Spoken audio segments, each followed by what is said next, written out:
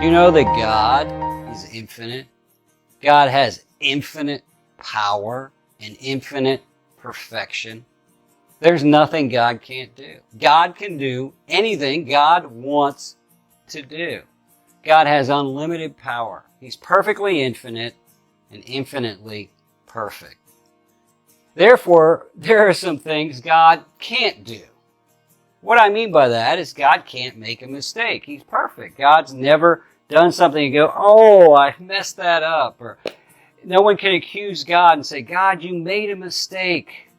No, God's perfect. He has wisdom beyond us. His thoughts are not our thoughts. He can see what we can't see. He knows what we don't know. Trust God. He can't make a mistake. God can't sin. He's holy. He's absolutely separate from any and all sin. It is impossible for God to sin. God can't lie. He is truth. You can't tell a lie because He is truth. Only truth can come out of His mouth. God can't change. When you're perfect, you can't become more perfect. If you're perfect, you can't get better if you're already infinitely perfect. God is perfect. He can't change. God doesn't change. God's not any older than He used to be. God's not any weaker than He used to be. God's not any different than He used to be. We change, but God cannot change. God can't be stopped. He's sovereign. He does what He wants done. What God wills to be done, God will do.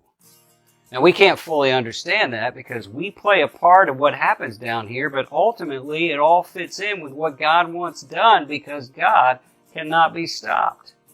No human, no demon, no devil can stop the plan of God, the purposes of God.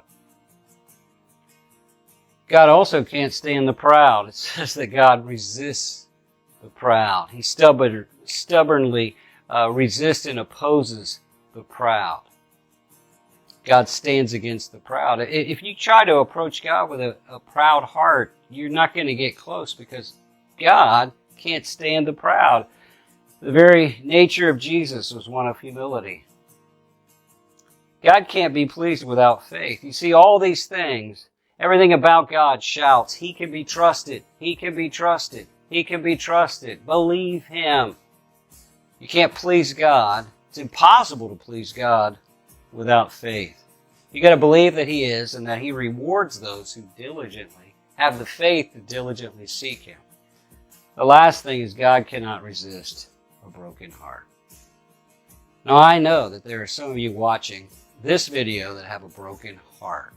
And all these things are nice and good, but your heart is aching today.